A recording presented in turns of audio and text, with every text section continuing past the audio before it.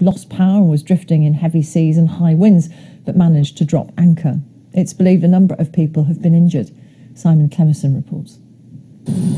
A rescue effort above a stricken ship is one thing, but the rolling seas below make this quite another.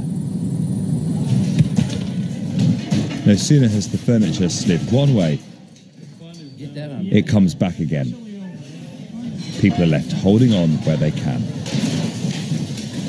Some injuries have been reported, but they're not said to be life-threatening. In an auditorium, some of the 1,300 passengers on board wait to be taken off, as others are helped to fit life jackets. Viking Star sent out a distress call after suffering engine failure with rough conditions off the west coast of Norway. Some waves were said to be more than 30 feet high. Passengers have been flown to shore in an operation which has been taking place throughout the night. The ship was due to arrive in Tilbury in Essex on Tuesday. Local media say lifeboats were forced to turn back because of the conditions. Engines are now said to be running, and the Viking Star may attempt to reach shore this morning, but it will all depend on the weather. Simon Clemerson, BBC News. Well, George Davis was a passenger on board. He told us when he first knew there was a problem. It was about 20 past 2 yesterday afternoon. I was in the spa when that big wave hit, and everything just went over. Everything got broken, and it was just chaos, really. There was lots of water about, which I thought the ship was going down, but in fact it was all these spa things in the spa itself. All the water had come out of all the hot tubs and things. It was very scary at the time. Yes, it sounds absolutely terrifying. We've got some pictures, as you say, of furniture just sliding around in one of the public areas. When did you actually manage to get off the vessel, and how? I was winched off by a helicopter. It'd be about 12 o'clock, I would think.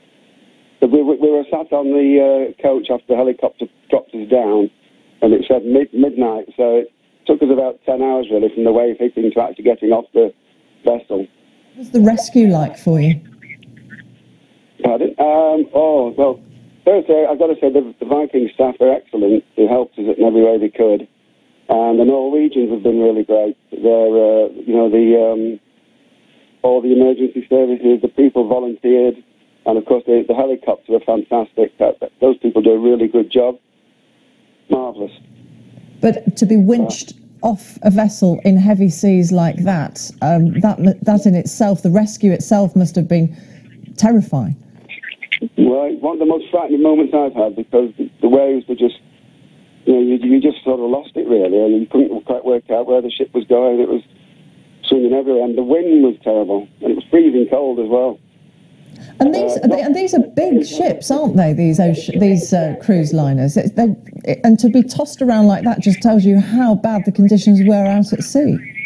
Yeah, I think there's 9 floors on the Viking Star. I'm not quite sure why they were going the way they were going, because one or two people on land, emergency services, have said they were a bit surprised that we were carrying on up the coast in what was going to be a really bad storm. Because there's a Norwegian liner which actually didn't sail that day because of the storm. But then again, I'm not an expert in that. Passenger George Davis.